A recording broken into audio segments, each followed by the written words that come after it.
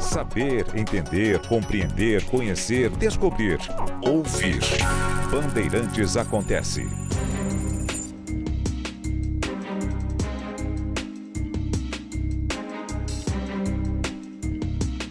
Na América Latina, é impressionante o que acontece quando aparece algum governo, ou mesmo um solitário governante, que pensa em mudar algumas estruturas, em fazer reformas, não reformas cosméticas ou aquelas reformas que são apenas para que a velha estrutura seja mantida depois de reformada, mas aqueles que pensam em mudanças estruturais, conceituais, mudança de prioridades e, ao mesmo tempo, combate à roubalheira. São países que são roubados de diversas maneiras, né? Por políticos, elites financeiras, potências estrangeiras, o que é mais comum na América Latina. E, em alguns casos, é uma história que pode acontecer outra vez. A Guatemala elegeu um novo presidente, vai tomar posse em janeiro, espera-se, né, que não haja nenhum óbice à sua posse como presidente da Guatemala. E a eleição do Bernardo Arévalo aconteceu no dia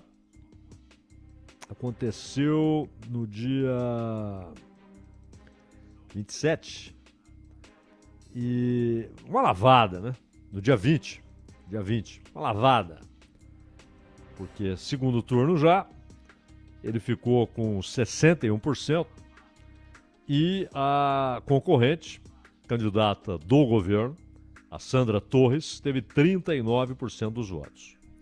Apesar dessa diferença brutal, ela e o partido dela saíram dizendo que houve fraude e tal, e disseram que houve fraude para que a oposição ganhasse. Acionaram tribunais e todos os tribunais acionados disseram a mesma coisa. Não há nada que aponte para fraude, não há nada que aponte para irregularidade na eleição. Paralelamente a isso, nós tivemos uma ação conjunta de um juiz e da promotoria do Ministério Público para, isso ainda no período eleitoral, para derrubar a candidatura do Arévalo. E chegaram, inclusive, a pedir que a candidatura fosse removida das opções dos eleitores, que ele não pudesse ser candidato e que o partido dele fosse atirado à ilegalidade. Essa era a ação do Ministério Público. Mas tantas coisas aconteceram nesse tempo que há um retrato ali não da Guatemala, mas da história da América Latina. Porque nós tivemos a decisão da Justiça Eleitoral de dizer para aquele juiz que havia pedido a suspensão da candidatura e que o partido, o Semilha, que é semente, né?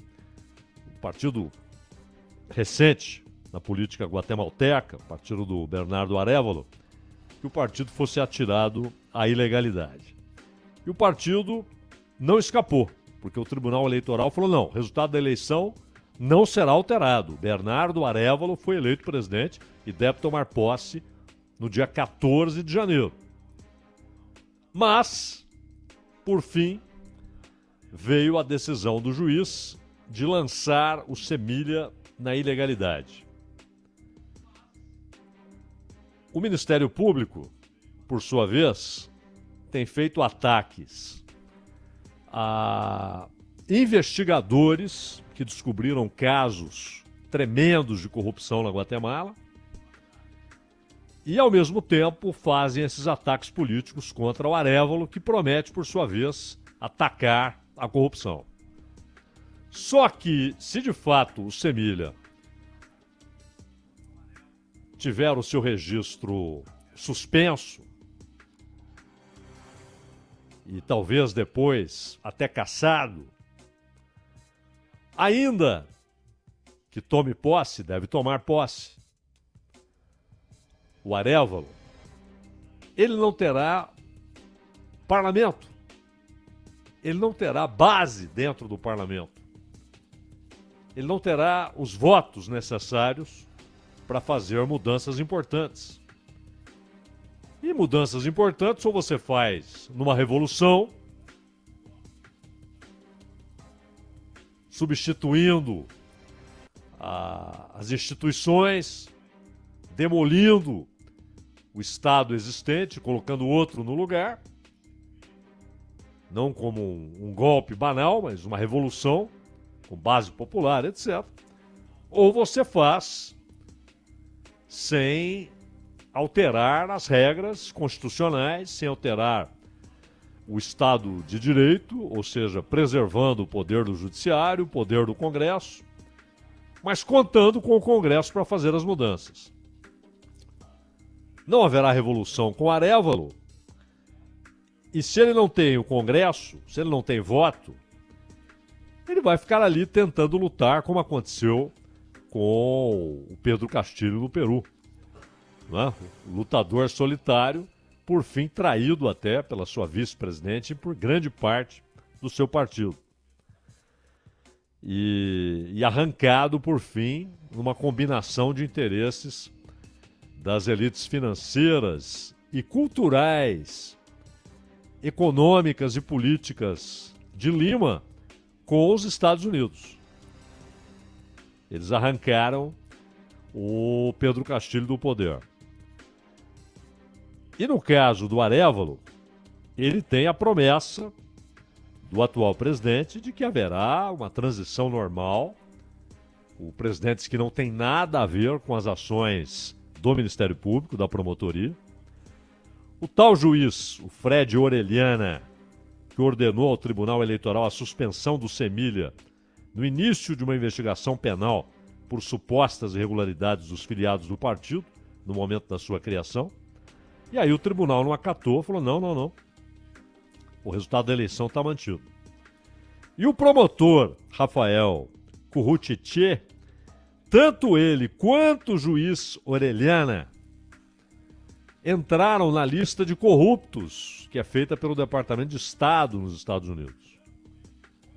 Porque atacaram, usando o poder institucional, atacaram investigadores, inclusive da ONU, que ousaram levantar casos sérios, profundos de corrupção na Guatemala. Guatemala tem, para o tamanho do país, uma população grande, né? Quase 18 milhões de pessoas. E houve um momento muito especial na sua história.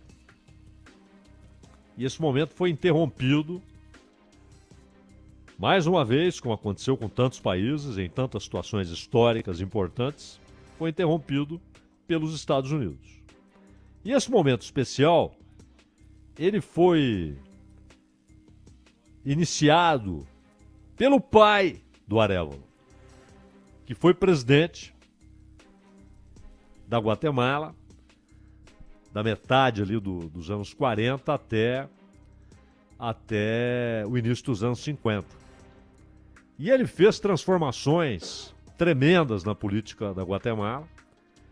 Ele atacou interesses de multinacionais, atacou interesses do capital estrangeiro que estava investido na monocultura e fez com que houvesse investimento público em políticas sociais. Imediatamente, isso foi ali logo depois do final da Segunda Guerra Mundial,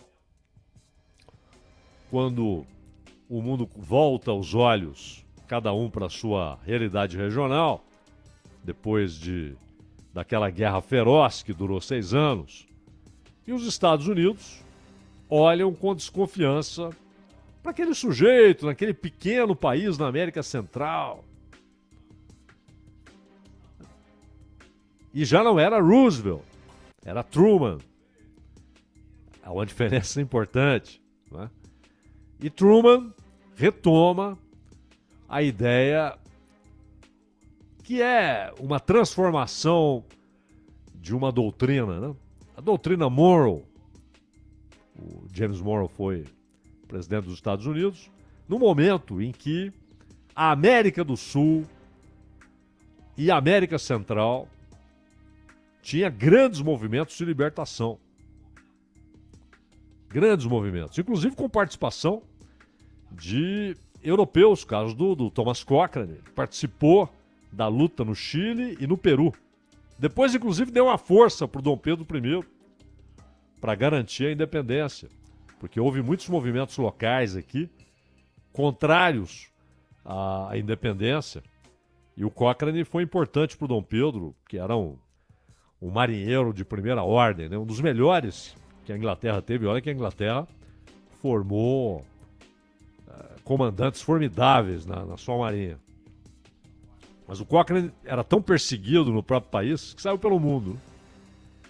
E ele era perseguido, inclusive, porque ele foi parlamentar e denunciou corrupção no parlamento britânico. E foi um dos comandantes da marinha e denunciou corrupção na marinha britânica.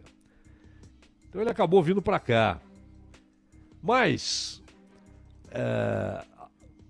a Europa, claro, França, Reino Unido, Portugal, Espanha, principalmente Espanha, Reino Unido, olhavam com muito receio para esses movimentos de independência. Não queriam perder essas colônias ricas que mandavam fortunas para as metrópoles, né, em diversas formas, seja em ouro, seja em prata, seja em mercadorias, que depois tinham um mercado mundial e principalmente dentro da própria Europa. E os Estados Unidos, independentes desde 1776, diziam, com a doutrina Monroe, a América para os americanos.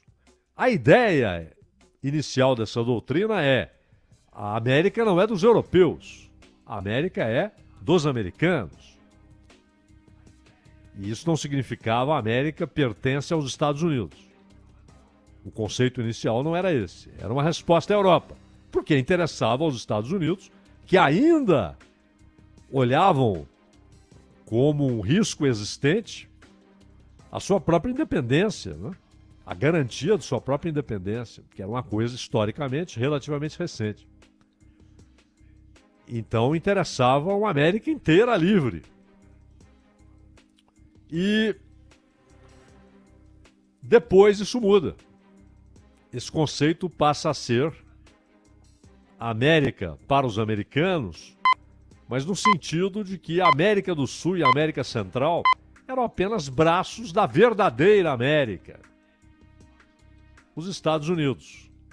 O Canadá ao norte, um vizinho próspero, rico, que não incomodava, mas do México em diante era um vasto território que deveria ser subordinado sempre à política dos Estados Unidos. Então, mesmo com todos os problemas posteriores ao fim da Segunda Guerra, problemas imediatos, impor uma nova Constituição ao Japão, começar a esboçar a Guerra Fria com a União Soviética, contra a União Soviética, observar os movimentos na Europa, até onde avançariam as forças de Stalin, até onde avançariam as forças ocidentais, a questão de Berlim, a própria política interna americana, o país se tornar o grande credor do mundo e percebia seus níveis de riqueza dando saltos formidáveis, a formação da ONU, que falava em paz, em harmonia, em busca de soluções diplomáticas para os conflitos. Em meio a tudo isso, os caras bateram o olho na Guatemala. Epa! Tem alguém ali fora do tom. Era o Arévalo, pai do presidente eleito. Só que o Arévalo, ele sofreu 20 tentativas de golpe, mas nenhuma delas foi capaz de derrubá-lo. Porque não havia ainda o envolvimento direto dos Estados Unidos, só incentivos a grupos locais. Então ele conseguiu passar o governo para um sujeito chamado Jacobo Arbenz, ou Jacobo, como falam lá. O Jacobo Arbenz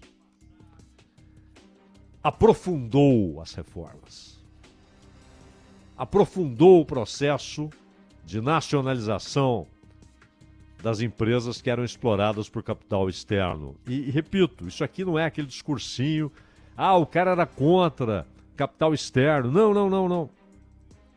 Não era isso. É que essas empresas, elas não apenas levavam a riqueza guatemalteca, dominavam o mercado externo do país, empurravam para a pobreza assalariados dos seus negócios, que ganhavam uma miséria, sem direitos trabalhistas. Era a história do trabalhar de sol a sol e ganhar algo para não morrer, para continuar trabalhando, comer, dormir e reproduzir, para que haja novos escravos assalariados. Essa é a ideia, que prevalece ainda em grande parte do mundo. E essas empresas iam além. Elas tinham controle sobre instituições do judiciário e sobre o governo da Guatemala. Ou seja, o país era delas, é o território delas. Então, quem muda isso é o Arévalo, mas quem aprofunda isso é o Arbenz. E ao aprofundar, já era um momento em que os Estados Unidos se sentiu à vontade, sem amarras, para voltar a fazer o que fizeram antes. No Haiti, em Porto Rico, em Cuba. Sim, em Cuba. Em Cuba, mas essa é outra história para um outro dia. Mas vale notar que Fulgêncio Batista no poder foi uma decisão dos Estados Unidos. Não foi uma decisão do povo cubano. Já nos anos 30 e depois nos anos 40, quando é um golpe clássico do Fulgêncio Batista, por decisão dos Estados Unidos. Mas essa é outra história. Aí os Estados Unidos derrubam o governo do Irã, derrubam o governo do Irã, que estava nacionalizando a indústria de petróleo. Então Estados Unidos e Reino Unido derrubam o Mossadegh e derrubam o Arbenz em 1952 na Guatemala. Derrubam. Golpe clássico. Instalam uma ditadura sem nenhum constrangimento, como fizeram, aliás, nos anos 30, na Nicarágua, ali do lado. Quando matam o Sandino e entregam o poder para a família Somoza, que vai até o derradeiro, né, Anastácio. É a mesma história. É a mesma história. Mundo afora, mas na América Latina, sem qualquer amarra. Basicamente com a ideia de que, escuta, isso aqui é nosso. Isso aqui é nosso. Não queremos dissonâncias. Não queremos independência. Não queremos soberania. Sim, formalmente sim. Parabéns. Você é soberano, você é independente. Eu reconheço o seu embaixador, você reconhece o meu. Quando respeitamos as eleições e tal, mas se sair do tom, a orquestra será dissolvida. Essa é a ideia. E o resultado foram ditaduras na Guatemala, como em Honduras, como em El Salvador, bancadas pelos Estados Unidos. O único período em que essas ditaduras perderam apoio foi com Jimmy Carter. Jimmy Carter. Inclusive o Somoza, que aí em 79, o governo Carter é derrubado pelos sandinistas, depois foi assassinado lá em Assunção, lá no Paraguai, onde ele estava refugiado, recebido pelo Stroessner. Mas, inclusive, um caso que veio agora à tona,